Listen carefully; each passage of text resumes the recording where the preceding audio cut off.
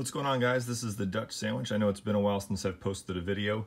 I've been pretty busy with work the last couple months, but in my downtime I have been watching some fragrance videos, which I never kind of thought that I would. It seemed kind of like not like a silly hobby, but it just seemed like something that didn't require that much research, I guess, to just kind of get one that you like. But it's been kind of enjoyable. I've been watching a bunch of different fragrance reviewers videos over the last couple months and ended up blind buying, I think I just counted 30 different fragrances that different people recommended. So I thought it'd be kind of fun to just kind of run through them pretty quickly. I don't want to spend too much time and make you guys watch a super long video, but just kind of let you know whose video maybe turned me on to it or whose videos, and then whether or not I decided to keep it or sell it. So what I'll probably end up doing is, for the ones that I remembered to hold into the boxes, like I have the actual bottle, if I kept it down in the, like where I actually keep the fragrances. So in some of these cases I don't have the bottle with me for this video, but I'll show you where I store them,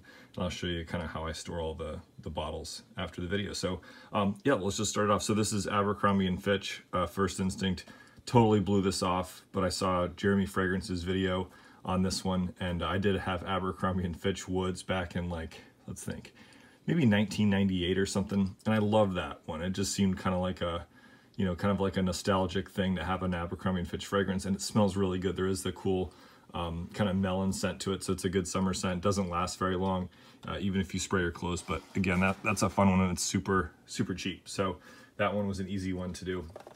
Another one that a lot of people talk about is Thierry Mugler, Amen Pure Malt. I was kind of between either trying, I'm just gonna move the camera back, either Pure Malt or Pure Havane, and ended up just doing Pure Malt.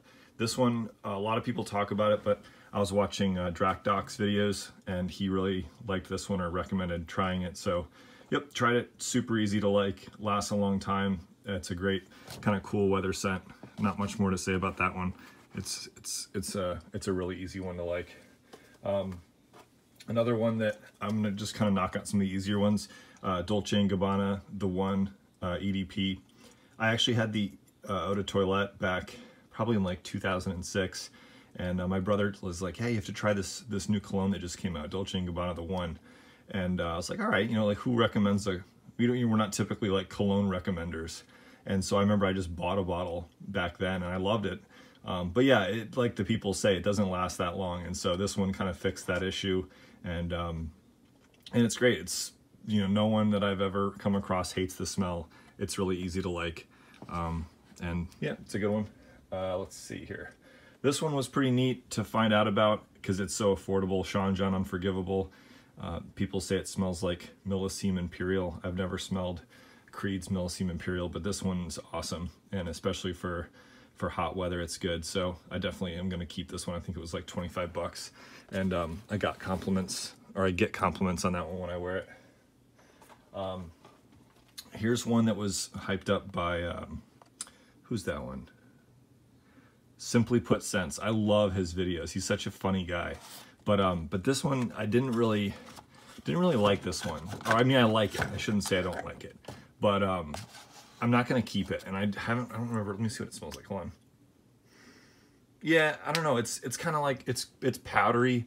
It's just kind of okay. I just don't know if I need to keep it, but you still may want to check it out if you can get it for a good price. They kind of skyrocket in value for some reason. I don't remember what I paid for that one, but that one I didn't really get that one. So I'll definitely probably sell that one. CH Men Privé, Jeremy Fragrance recommends this one. It's awesome. It's sweet.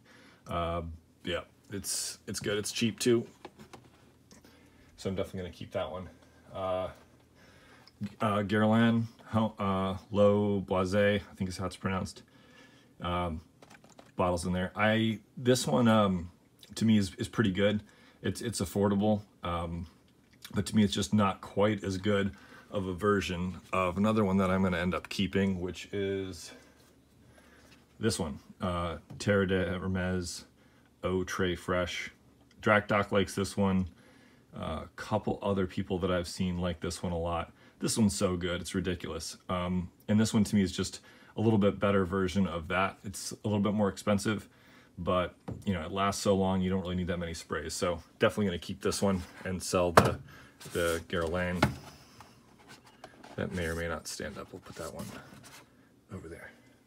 Let's see what's next. Another one that's kind of similar for warm weather, Edition Blotch by Chanel. This one's just crazy cool. A lot of people recommended this one, describe it as lemon meringue pie. I don't know if I'd jump right to that, but it's certainly a memorable scent that if you smell it, you're gonna go. Either I need to keep this or I need to get it far away from me. It's really cool though. It's something that I just kind of, you just have to smell it to kind of experience it. I think it's pretty neat. But that one's discontinued, so that one is it's tough to find, but you can still find it some places. This one, L'Odyssey Pour Homme by Issey Miyake. This one's awesome. This one I actually found out about kind of through DracDoc, and then it also had really good reviews on Amazon. But it's just got such a cool smell to it for a citrusy kind of fragrance, and it's dirt cheap. It's super cheap. So why not? This one's definitely gonna stay. I forgot to keep the box to that one.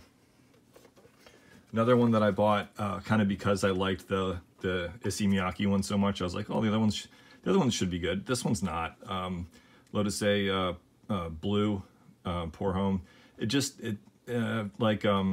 the guy? Simply Put Scents. He reviewed this one, and I would have to agree with him. This one smells more green than blue. It has kind of like this weird springtime thing, and it's definitely okay. It's not something that I need to hold on to for any reason. So that one's gonna go. The same for this one. I bought another one. I went on Fragrantica and just kind of looked at all the other flankers of L'Odyssey that had really good reviews, and just kind of picked up a couple of them to try them. And yeah, the bottle's in there. This one's gonna be sold. It's okay. It's just kind of, it's generic cologne smelling. I don't know. It's probably be okay for work, the intense version, but certainly not something that I would want to, or I feel the need to keep. Let's see what's next. This is a fun one. Starwalker from Mont Blanc. This one, I think I watched Gent Scents, and he did like a top Mont Blanc scents, and this was one of them. It's good. It's good. It's like, I think it's starfruit or something, but it's cheap. It lasts for a fair amount of time, and yeah, not a hard one to justify keeping. This one's Mont Blanc Individual, and this one tons of people recommend. It's cheap. It's awesome. I'm definitely not going to sell it. This one I kind of crave wearing. I probably wear that one like once a week. It's ridiculously good. And let's see what's next. Reve Gauche by Yves Saint-Laurent. I've got the Pour Homme, and then I also got where's the other one? Bear with me. I got this one too. I forget which one's which. Okay, this taller one here is the Intense, and then the shorter one's the regular.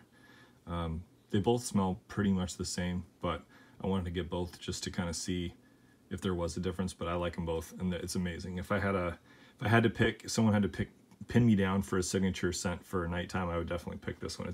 It's ridiculous how good that one smells. This one was a heavy recommended one from a lot of people.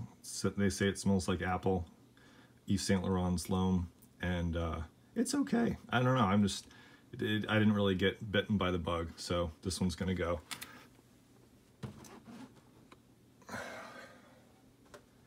Let's see, another one this one's a little bit of an older release, Fahrenheit from Dior.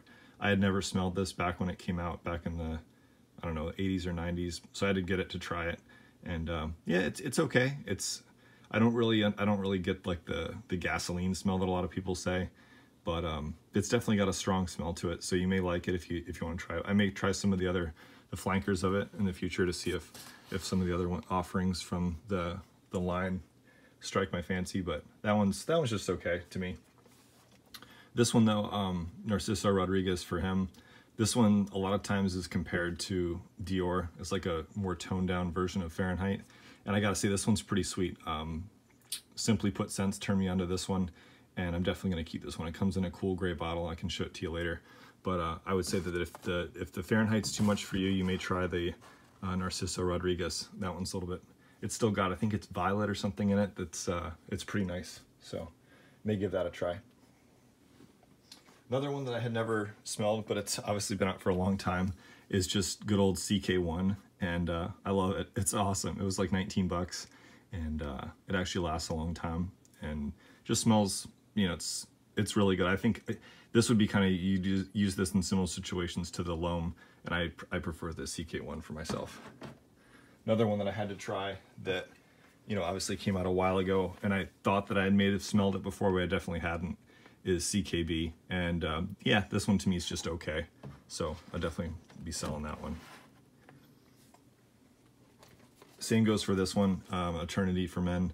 Just, yeah, this one's just kind of forgettable. I don't have any memories associated with it. I just want to try it to see if it was, you know, like a classic. And yeah, to me, it's just kind of okay. I don't need to keep it for whatever reason.